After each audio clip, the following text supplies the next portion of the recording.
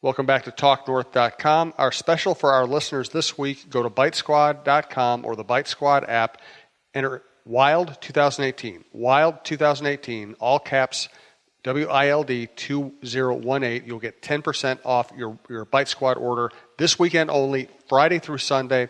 We're really targeting the Wilds games this weekend and the Vikings at Bears game. So order a lot of food, you get 10% off. The more you order, the more you get off.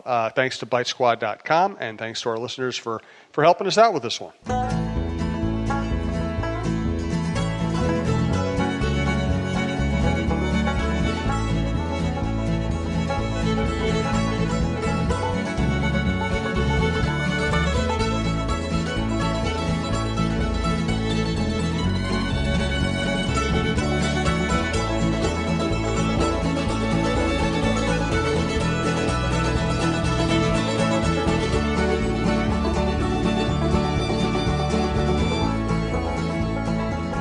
Now we can finally do a show where we're comfortable. We can talk about a losing streak. I mean, now we're in our element. We were just all happy talk, and everything's fine. Why did anybody panic in the offseason or the beginning of the season? Now we are in our element. Yeah. How about the other night? Just like if you were a Minnesota fan that was finally starting to get hope. This weekend destroyed it. I mean, it's crazy. It starts with the Gophers and then goes right into the Wolves, the Wild, and the Vikings all in a row. Bang, bang, bang, bang, bang. We really just should become Minnesota volleyball fans. Just follow the volleyball program and just leave all this other stuff for people who want to be miserable. Yeah, or Whitecaps. They're undefeated, the Whitecaps, I think. There you go. Sure, I'll take your word for it. Yeah, I mean, it's just unbelievable. And, the Wilds lost 2 in a row, and the most important thing here is to end it. They've played well the last 2 games. They just couldn't score, and second and third period the other night they played well and in Chicago, and they just couldn't get that tying goal. And then the same thing against Buffalo, who, by the way, rallied back from 3 goals down to beat Pittsburgh yesterday. So this is just what the Sabres are right now. They're playing outstanding hockey, and the Wild just could not make it 3-0 that night, and it eventually bit them in the butt. But the problem that I see and the concern is that oftentimes you play well at the beginning of losing streaks, and then all of a sudden, out of frustration or the inability to score, you start cheating all over the ice. Frustration goes into your game, and then all of a sudden your game falls apart. So that's why tomorrow night against Ottawa, they've got to really come back and figure out a way to get back on track against a really poor Ottawa Senators team, but one that can light you up offensively, but man, they are defensive sieves. We are speaking on Tuesday, previewing the Wednesday night game and, of course, the rest of the week. This is the Russo-Souhan Show. This is our hockey show on talknorth.com, the fast-growing Minnesota podcast network. Had about 145,000 listens last month, and we'll beat that this month. If you'd like to advertise with the program or anywhere across the network, you can reach me at jsouhan47 at gmail.com. So jsouhan47 at gmail.com. Thanks to our producer, Brandon Morton. Please download before you listen. It's a better listening experience. It's better for us. And thanks to our sponsors, Twill in the Edina Galleria, WizKids.tech in downtown Minneapolis, Delano's Pizza, Fixologyrepair.com, Bite Squad, and State Farm. The Bite Squad, thanks to everybody who participated in the Bite Squad promo over the weekend. On an ongoing basis, if you're a first-time Bite Squad user, you can get your delivery fee waived by using the promo code TalkNorth. That's what I always loved about Jacques Lemaire, and I'm sure Boudreau is very similar, is that he didn't, and it really reminded me of covering Tom Kelly.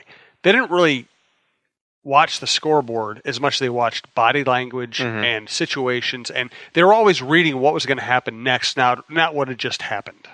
Yeah, and I mean, today in practice, you could just tell that right now, the team is, looking back to normal. I mean, it was as fun a practice as I've seen them have. They seem loose and not uptight, and maybe it's good that this team got a day off yesterday away from hockey, meaning Monday, and got back at it today. And Bruce also, superstitious. After when they're at the losing streaks, he does practice the same way. He ends practice the same way with these fun 3-on-1, 3-on-2 drills, and then the losing team has to do push-ups on the ice and skate.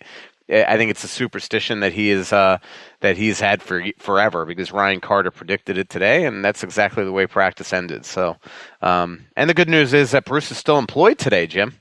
That's very interesting. Let's get to the hirings and firings. I want to make one other point. I've covered a lot of football in my life. I've covered a lot of baseball. I've covered a certain amount of basketball. And so many sports are game plan driven. And the practice is to put in a game plan. Baseball is to really refine skills. In football, it's game plans, usually during the season. In basketball, it's kind of a combination of the two. It's points of emphasis. For a normal hockey practice, is it more during this time of the year? Is it more game planning or refining skills? It's pretty much refining skills. I mean, it's play with the puck. Very little today was talking about Ottawa. A couple things that they do on the power play, a couple things that they do on the penalty kill. But it's more just get out there and get some repetition with the lines. They're back to the lines that they had on the 5-2 road trip, which is Zucker, Stahl, Granlund, Parisi, Koivu, Niederreiter, Greenway, Eriksson at Coyle, and Foligno, Fair, and Brown. And the one thing I will say on Bruce the last couple games is, look, he missed. Obviously, Zach missing the one game with an illness. It changed the lines. They played really well against who was it, Vancouver, and then unfortunately for them, they come back the next night, and Bruce, I thought, should have just gone back to the old lines, and he switched everything up. Then they lose that game, and then he comes out with some strange lines, in my opinion, against Chicago. And my question before that was, why don't you just go back to the lines that were so great on the 5-2 road trip, especially the last three games? LA, Anaheim, and St. Louis, where they had every line going. Every night it was a different line that won. They finally started getting good play from the Greenway, Eriksson at Coyle line. Well, what does he do? He switches them up for the first period the other night in Chicago. They get absolutely rolled over. And then what does he do? He goes back to the lines that he had on the road trip in the second and third periods, and the Wild dominated the play. So now he's going to go into tomorrow's game with the lines that he probably should have had at the start of the Chicago game, and certainly against Buffalo. So that's the other thing. It's kind of putting together, a game plan from that standpoint. But at this point in the season, you're not tweaking things.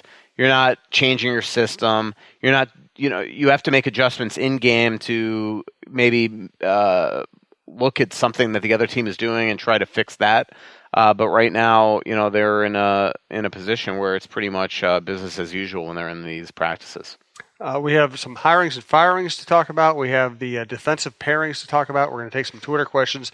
Do want to thank Twill in the Dining Galleria, twillmn.com, Twill on Instagram. I've bought stuff from pretty much every line they carry these days. They also have a lot of great gifts for golfers. It's a men's clothing store that will dress you everywhere from shoes and socks all the way up to the hats. I just bought a hat from Twill. Check out twillmn.com for their full selection. Jim usually doesn't like to shop for clothes. I don't like it when he shops for clothes either, because he used to buy stuff I'd want to throw out. That's why I'm so glad he's found Twill in the Edina Galleria. He likes shopping there because of the comfortable environment and the friendly staff.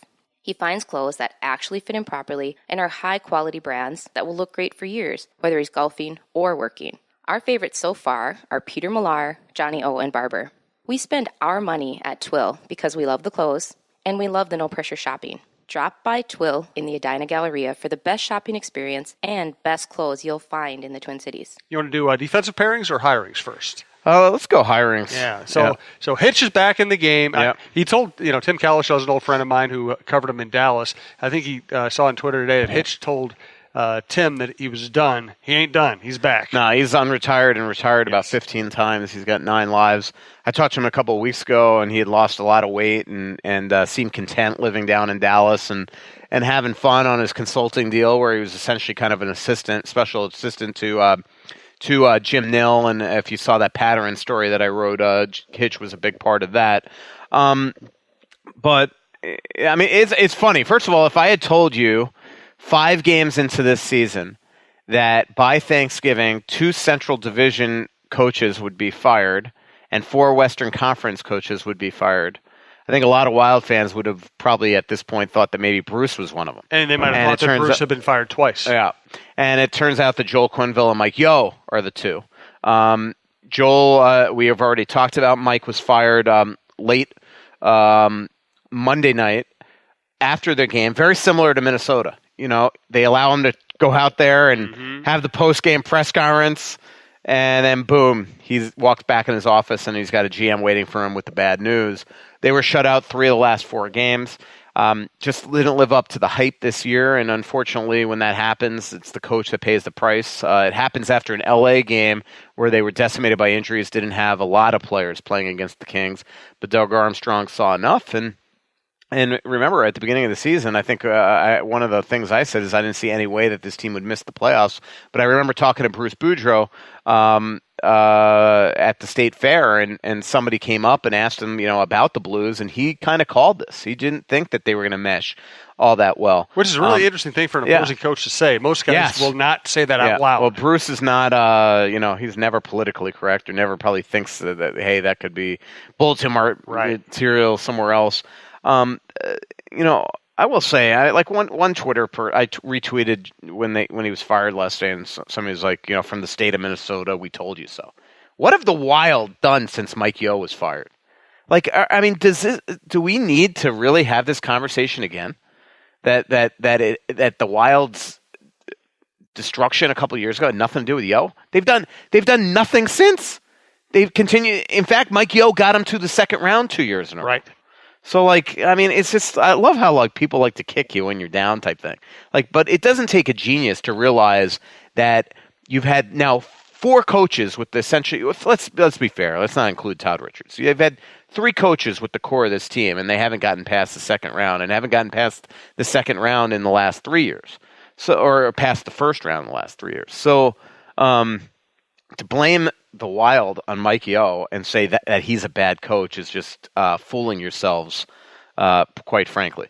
And in terms of what's going on in Edmonton, long rumored that Todd McClellan would be fired. Not long rumored that Ken Hitchcock would take over, though. And this is kind of like what he did in Dallas, where Dallas, he was hired to be the coach, but I think a lot of us thought that it was a 1-year thing. And I think a lot of us thought that Jim Nill did not make that decision. And I bet you that he didn't make this decision, Peter Chiarelli in Edmonton. I think this was, hey, come in, be a taskmaster for the rest of the year. And we'll reevaluate after the season. My guess is that Ken does not come back, that this is just a year thing.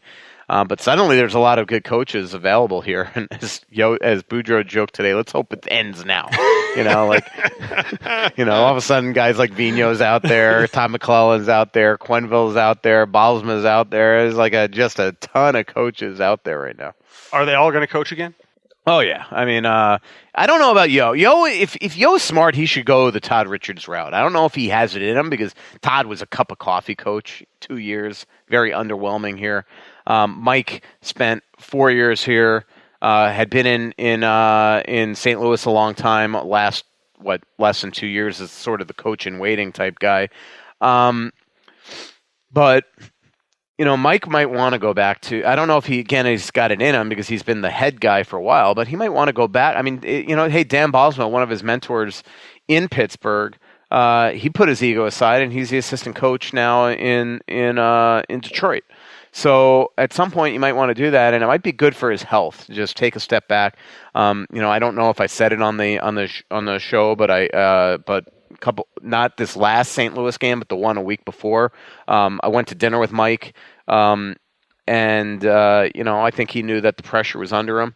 And I think he was frustrated because he thought the team should be playing much better. I mean, what's going on with Tarasenko? Guy doesn't score anymore. I know. It's bizarre. Yeah. Schwartz has been terrible.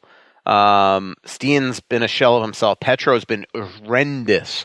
Bouwmeester can't play the game anymore. If it wasn't for Ryan O'Reilly, this team would be 30th and the 31st in the NHL right now.